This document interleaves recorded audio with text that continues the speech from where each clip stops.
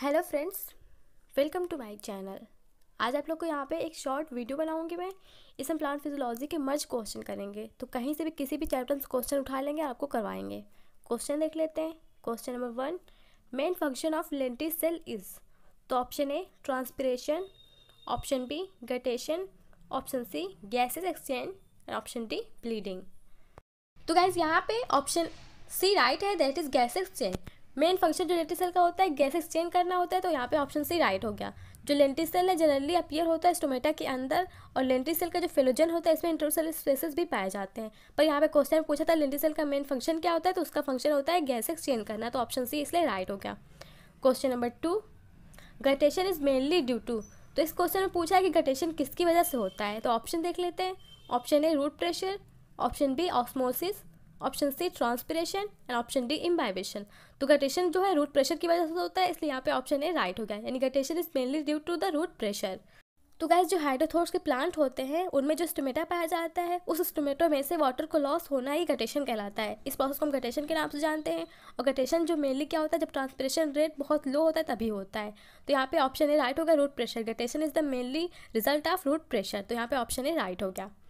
Question number 3, L element playing important role in nitrogen fixation. तो यहाँ पे पूछा है दिए गए ऑप्शन में कौन सा ऐसा एलिमेंट है जो नाइट्रोजन फिक्सेशन में वर्क करता है।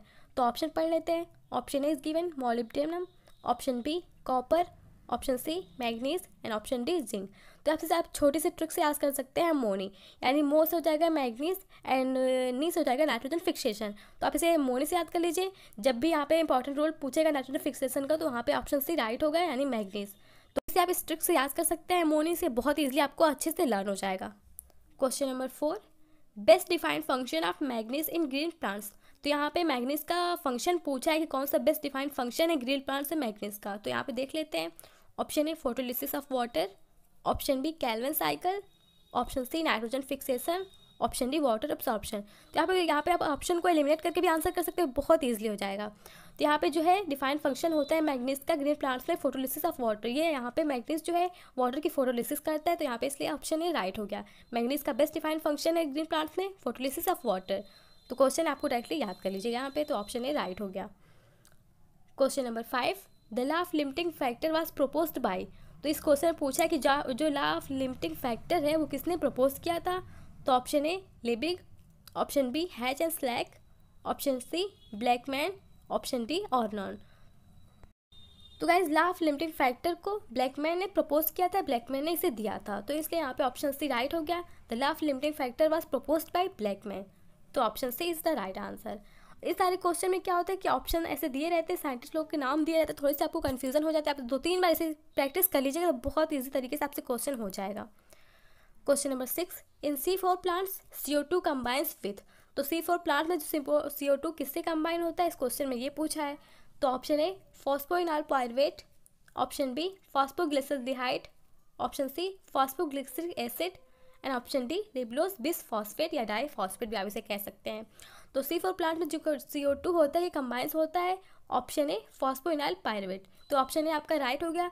जो C4 प्लांट्स होते हैं उसमें CO2 कंबाइंस होता है फॉस्फोइनॉल पायरुवेट से, तो इसलिए ऑप्शन ए राइट हो गया। इसे भी आप डायरेक्टली याद कर लीजिएगा, या एनसीईआरटी से पढ़ कर रही हैं तो और इजी तरीके से आपसे क्वेश्चन हो जाएगा।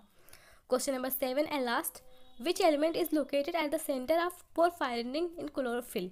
तो option A is given calcium, option B magnesium, option C potassium and option D manganese. तो जो ऑप्शन यहाँ पे option B and option D दिया है इसमें थोड़ी सी कन्फ्यूजन हो जाती है, तो आप इसे बहुत ध्यान से करिएगा। Mg जो है मैग्नीशियम होता है, ऑप्शन डी जो है Mn यानी मैग्नीज होता है। ये बहुत ही माइन्यूट सा है क्योंकि एग्जाम में इतना बर्डन होता है, थोड़ा बहुत भूल जाते हैं, पर ये बहुत ही कॉमन सा है। तो जो पोरफायरिन रिंग है उस जो लोकेट होता है उसमें, तो वो ऑप्शन आपका बी राइट हो गया, यानी मैग्नीशियम। पोरफायरिन रिंग में कोर एलिमेंट जो है मैग्नीशियम होता है, क्लोरोफिल में पाया जाता है। पूरी जो प्लांट फिजियोलॉजी है उसके क्वेश्चन करवाऊंगी, हम कहीं भी किसी भी चैप्टर से कोई भी क्वेश्चन करवाएंगे। सारे क्वेश्चन हमने मर्ज किए हैं ताकि जो एग्जाम टाइम ऐसा होता है आपको प्रॉब्लम ना हो, आपकी प्रैक्टिस पहले से बनी रहे। Question number 1, flowering depends on cold treatment is. तो option A cryotherapy, option B cryogenics, option C cryoscopy and option D vernalization. तो इस क्वेश्चन में ऑप्शन डी आपका राइट है, दैट इज़ वर्नलाइजेशन। जो फ्लावरिंग होता है कोल्ड ट्रीटमेंट में ये वर्नलाइजेशन पे डिपेंड करता है, तो इसलिए ऑप्शन डी आपका राइट हो गया। और गाइस वर्नलाइजेशन मीन्स होता है ability of low temperature to convert winter cereal into spring cereal. यहाँ पे सीरियल मीन्स होगा फसल, तो इसलिए ऑप्शन डी आपका राइट हो गया vernalization. Question number 2, abscisic acid causes. तो option A stomatal closure, option B stem elongation, option C leaf expansion and option D root elongation. तो गाइस यहाँ पे ऑप्शन ए राइट है, स्टोमेटल क्लोजर। एब्सिसिक एसिड है जो stomatal closure को cause करता है, यानी स्टोमेटा बंद हो जाता है। एब्सिसिक एसिड जो है एक हार्मोन है जो प्रोड्यूस होता है ड्यूरिंग एडवर्स एनवायरमेंटल कंडीशन, इसे हम इनहिबिटर भी बोलते हैं, और ये जो है स्ट्रेस हार्मोन के नाम से भी जाना जाता है। यहाँ पे ऑप्शन ए राइट हो गया, that is stomatal closure. Question number 3, hormone responsible for senescence is.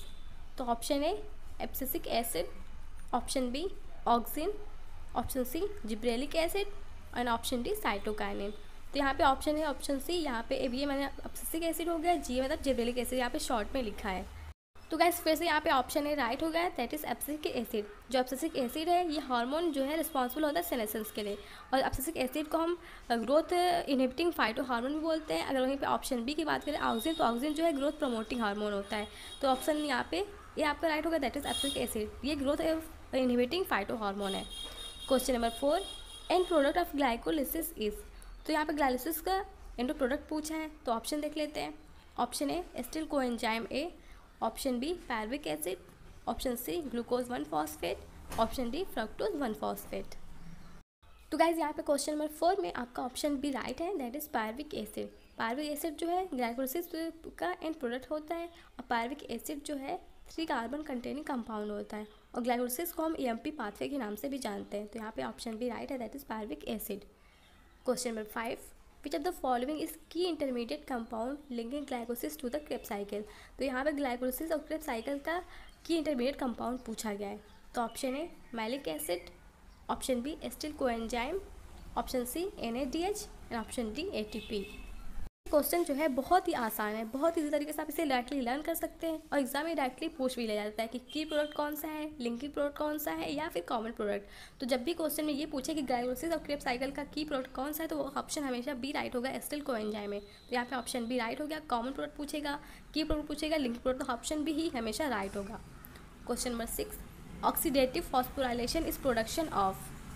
Option A ATP in photosynthesis, option B NADPH in photosynthesis, option C ATP in respiration, option D NADPH in respiration। तो guys यहाँ पे option सी आपका right होगा, ATP in respiration। Oxidative phosphorylation का जो production होता है उसमें ATP in respiration आंसर होगा, तो ऑप्शन सी इसलिए राइट है। और इस क्वेश्चन को आपको समझने के लिए NCERT ज़रूर से पढ़ लीजिएगा, तभी इस क्वेश्चन को आपको अच्छे से समझ आएगा, आपको डीपली पढ़ना पड़ेगा ये चैप्टर। तो ऑप्शन सी इसलिए राइट है। Question number 7, in photosynthesis the light independent reaction take place.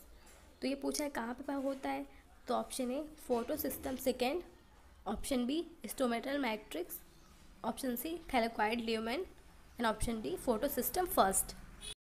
तो गाइज यहाँ पे ऑप्शन बी आपका राइट होगा, that is stomatal matrix. Photosynthesis में जब लाइट इंडिपेंडेंट रिएक्शन होती है वो स्टोमेटल मैट्रिक्स में होती है। इस क्वेश्चन में आपको कंफ्यूजन हो सकता है, यहाँ पे photo system first, photo system second में आप कंफ्यूज हो सकते हैं, पर वहाँ पे ऑप्शन बी राइट होगा, दैट इज स्टोमेटल मैट्रिक्स। आप इसे भी ध्यान से कर लीजिएगा। Question number 8, PEP is the primary CO2 acceptor in. Question number 8 में ऑप्शन ए आपका राइट है, that is C4 plants. PEP में होता है फास्फोइनाइल पायरुवेट, तो फास्फोइनाइल पायरुवेट जो है प्राइमरी CO2 एक्सेप्टर होता है C4 प्लांट्स में। तो ये क्वेश्चन बहुत इजी है, और हर बार यकीन कीजिए क्वेश्चन आ ही जाता है एग्जाम में, तो आपसे डायरेक्टली याद कर लीजिएगा। कोई भी आपको यहाँ पे अपने से कॉन्सेप्ट बनाने की जरूरत नहीं, आप इसे बस क्वेश्चन को डायरेक्टली याद कर लीजिए, ये क्वेश्चन हमेशा फर्स्ट है। PEP is the primary CO2 acceptor in C4 plants, तो ऑप्शन ए राइट हो गया, that is C4 plants. Question number next, roots of which plant contains a red pigment which have affinity for oxygen. तो option A carrot, option B soybean, option C mustard and option D radish. तो guys question में ये पूछा है कि कौन सा ऐसा प्लांट है जिसकी रूट में रेड पिगमेंट पाया जाता है और वो ऑक्सीजन के लिए काफ़ी ज़्यादा एफिनिटी दिखाता है। तो यहाँ पे ऑप्शन बी राइट होगा आपका, दैट इज सोयाबीन। सोयाबीन के जो रूट होता है उसमें रेड पिगमेंट पाया जाता है और ये ऑक्सीजन के लिए काफ़ी ज़्यादा एफिनिटी दिखाता है, तो इसलिए ऑप्शन बी आपका राइट हो गया, दैट इज सोयाबीन। इस क्वेश्चन को भी आप अच्छे से याद कर सकते हैं, या फिर NCERT से पढ़ के कर लीजिएगा आप डायरेक्टली, जैसे भी आपको ईजी लगे। Question number 10, when cell is fully turgid which of the following will be zero. तो option A turgor pressure, option B water potential, option C wall pressure and option D osmotic pressure. में ये पूछा है कि जब fully turgid cell होती है तो कौन सा ऐसा ऑप्शन है जो ज़ीरो होता है। तो फुली टर्जिड सेल में जो डीपीटी होता है वो ज़ीरो होता है, क्योंकि टर्गर पोटेंशियल बराबर ऑस्मोटिक पोटेंशियल। इट मीन्स जो सेल है ये फर्दर नहीं कैपेसिटी रखती है किसी भी वाटर को एब्जॉर्ब करने की, इसलिए वाटर पोटेंशियल जो है ज़ीरो होगा। तो यहाँ पे ऑप्शन बी राइट है, दैट इज़ वाटर पोटेंशियल। तो ये थे इसके हमारे प्लांट फिजियोलॉजी के क्वेश्चन पूरी प्लांट फिजियोलॉजी से कहीं से भी थे, इसलिए क्वेश्चन मैंने मर्ज किया था ताकि आपको बहुत ही ईजी तरीके से प्रैक्टिस हो जाए। Thank you so much guys, मिलते हैं कल।